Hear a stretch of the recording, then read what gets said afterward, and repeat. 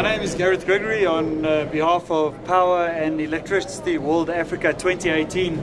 I have the great pleasure of having a bit of a better understanding of the Tanzanian power market, and there's no one better to give us a bit of advice on that than Mr. Mohamed Rwiza, who's the Managing Director of the Ruskazone Maziada Power Plant Company Limited in Tanzania. Yes.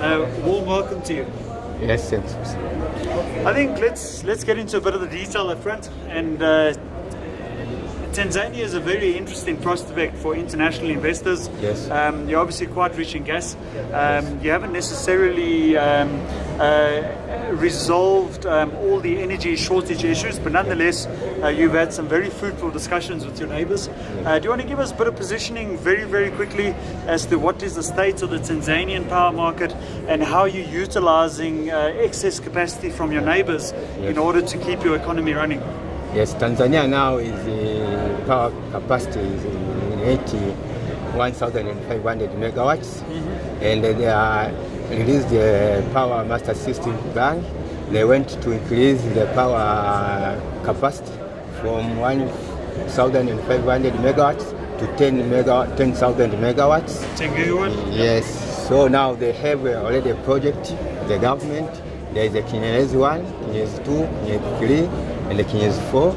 Kinyezi 1, they are using a government resource for implementation of that project, and now they will completely installed in a grid, national grid, 150 megawatts, and now they are in expansion. Every month they install 50 megawatts. So there is another Kinyezi 2, they are in the construction process, and the Kinyezi 3, they are also in construction process. So our government was planning to increase the capacity, but it's not easy for the government only to invest in infrastructure for power. So they are just looking the private investors to Tanzania, and now they have removed some barriers which are caused some private investors not to come in Tanzania. Example, environmental impact assessment was taking more than 18 months for certificate approval. So this was disguised for some of private investors. A bit of discouragement because of the lengthy delay. Yeah, now by government was removing that barriers. Honorable Excellency Dr. Magufuli was now ordered as a National Environmental Council name to allow all investors to start the investment without environmental impact assessment. Then the certificate will follow up after the implementation. So this was encouraging more private investors to come in Tanzania for power infrastructure. Okay, great. Well, look, that's some very valuable information, and I think some of the challenges, as in many other African countries, as soon as you initiate IPPs, independent power producers, and you get them into the country and you delay the process, it definitely is a huge discouragement to these investors. But I think what is very important is the power master system, and if I understand you correctly, it gives you a bit of direction. It gives you a bit of strategy in the way that things are going to be rolled out. So this power master system, is that similar to the integrated resource plan in South Africa that says over the next number of years we will have this type of technology in this amount of that technology, and this is the timing of when we're going to commission? Is that a similar type of deliverable, and the information that you get out of it, is that aligned? Is that similar? Yeah. Even in Tanzania, the power master system was shown. There is shown the mid-term. There is a short term from 2015 to 2020. Also, there is a mid-term planning from 20 to 2030, and there is a long term from 2030 to 2040. So from there, they need the amount more than 46 billion US dollars for investment, and from there they have already planning because we have a natural gas more than 55 trillion cubic feet. So now they are encouraging for investors to come in Tanzania to invest about that one.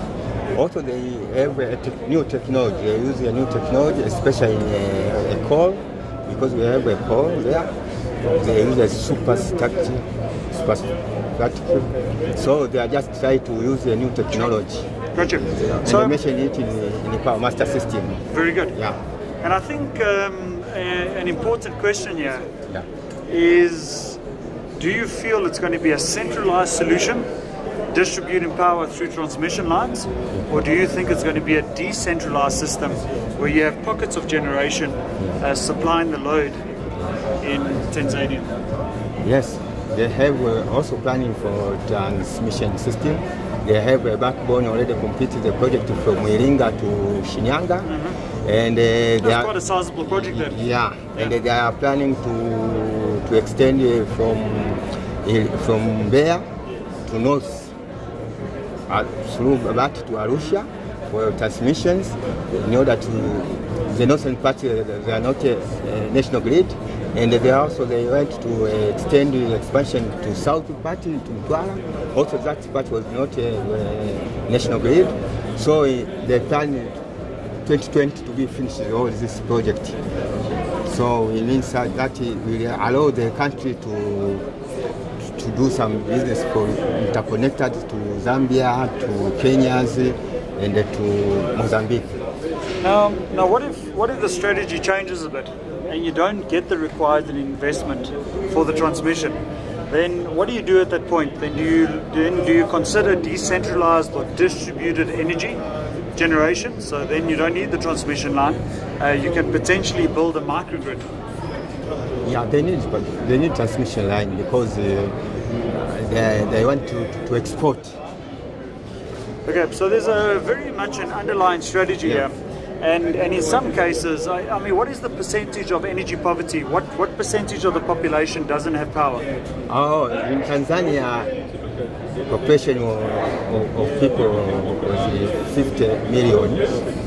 And in rural areas which have access to electricity is almost 7%.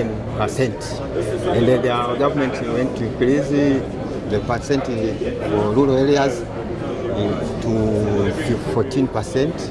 And we're expecting national consumption was from 11 to 13%. So they want to increase that. And So did I hear you correctly that 90% of the population in Tanzania doesn't have power supply? yeah, that's the power supply, especially in rural areas. 90%. Yeah, Okay, so it's 20, especially in rural areas. Yes, so that is 45 million people. Yeah, Okay. yeah. Okay. So taking that into account, so your strategy is to export power. Yeah. Now, how do you deal with the percentage of the population that doesn't have supply of electricity? Because if the strategy is to build transmission line to export and make revenue, how do you electrify all the villages along the way that are in the rural areas? In rural areas, they have a plan from there. There they have phase 1, phase 2. So they are just they have a project where they are just connecting to the rural areas. And this year it was already maybe to most of 50% of the rural areas already have infrastructure for electricity. And they are using of grid, isolated, so many solars. So the government was planning well. And the government sees a problem for the people because they don't have money for installations. So he just tried to remove some transmission fees, connection fees, and they allow some areas to connect, and then they pay installment. So the problem is not for infrastructure because the government is already try to go to the village, and there is a continuous project under layers now. But the problem is our people are still very poor to accommodate that one. That's the problem. Mohammed, Yes. what are the two most important steps that Tanzania needs to take in the next 3 years so you can start mitigating energy poverty and you can achieve the build of your transmission infrastructure so you can export power? What are the what are the 2 steps that need to be taken? The one step is just to make sure that in the rural areas they have electricity, and in order to remove some poverty for our peoples, because the energy is the one who removes the poor, the poverty. So when you go to the village, you have access of electricity. They can do anything. Some people they can do as a wedding qualifications, and others they can do by using machine for milling and etc. So the government was planning for that.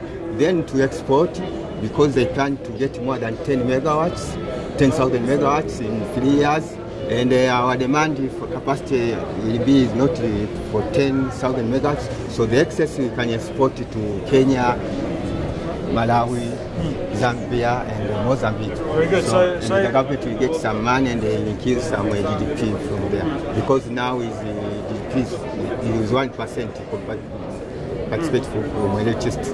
So if I understand the priorities correctly, firstly it's for the people living in Tanzania. Yes. You're going to try and resolve the energy poverty, and then as a second priority you're going to look at the build a transmission line for export and creating revenue. Yes.